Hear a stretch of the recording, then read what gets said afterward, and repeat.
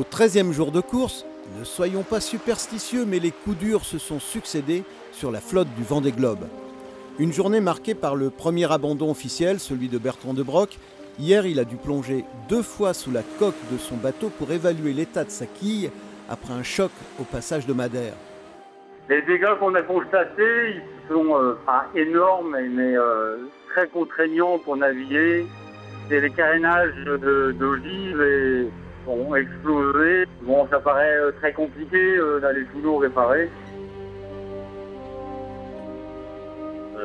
C'est un bateau, on doit le respecter aussi, quoi. On peut, voilà, il est abîmé, donc il faut le soigner, quoi. Et ça aurait pu abîmer le haut de la quille, et être obligé de changer la quille. Là, le bateau, il peut encore naviguer, quoi. Donc on peut le ramener. Ce sera donc le 3e abandon sur 4 participations pour ce skipper charismatique qui avait marqué l'histoire du Vendée Globe en se recousant lui-même la langue en 1992. En tête de course, depuis les îles du Cap-Vert, c'est Alex Thomson, le grand favori de cette 8e édition, qui était brutalement victime d'une avarie sur le foil tribord.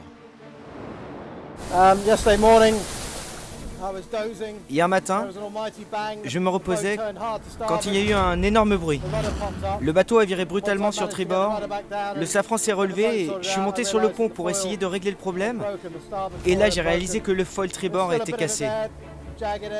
Il ne restait que quelques centimètres qui dépassaient du bateau et qui me ralentissaient, mais je ne pouvais rien faire.